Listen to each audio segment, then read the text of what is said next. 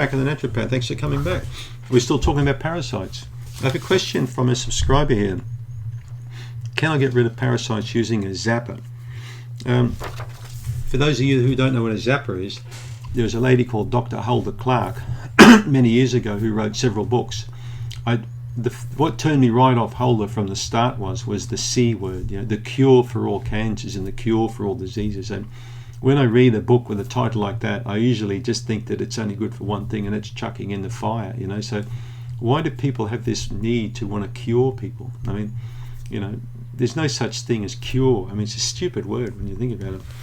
It's a four-letter word, and it starts with C. It's got to be stupid. So zappers, it's basically a device, from what I gather. You have these copper tubes, and you hold one in each hand, likely a negative and positive, and it puts a charge through the body, some type of microcurrent. Now, Dr. Clark was of the belief that all cancers were caused by a particular type of parasite, and if we could zap them or kill them, we could cure all cancers. I mean, come on. I mean, it might be good to have that in the Jimmy Kimmel show or some comedy show or something, but for a shameless promotion of an aid to cure cancer that you hold on with two hands and zap your body, it almost sounds like something out of a Mork and Mindy movie or something. I mean, come on. What kind of grass are these people smoking? I mean, honestly.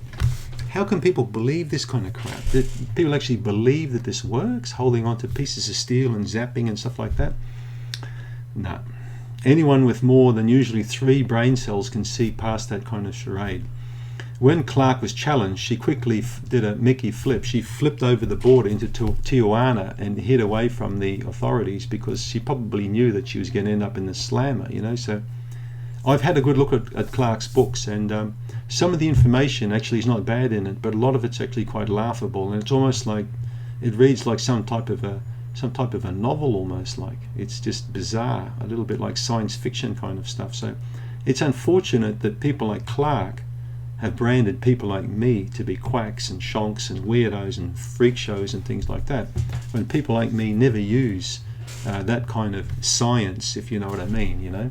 That's not science developing. She also developed this synchrometer and this other gadget that could apparently detect all viruses and everything in the body, like simultaneously. So I've never ever gone for machine-based kind of work, and I've always had a high degree of skepticism regarding things like live blood cell analysis and things like that. I found it to be a lot of mumbo jumbo, but particularly energy healing, radionics and putting like waves through people to detect this or that. I mean, come on.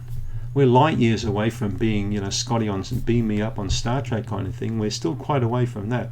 The day will come when we devise certain gadgets, but I still think we're many, many decades away from, being able to scan the body for parasites and bing, there's the parasite, and it doesn't work like that. So please don't fall for these charades, these sideshows, because that's all they are. Okay? I'm sure that Dr. Clark had very honest and upright intentions, but to promote a gadget that zaps and kills parasites because they cause all cancer, no, can't buy it, and you shouldn't either. And if you buy it, shame on you. You got sucked in. Thanks for tuning in.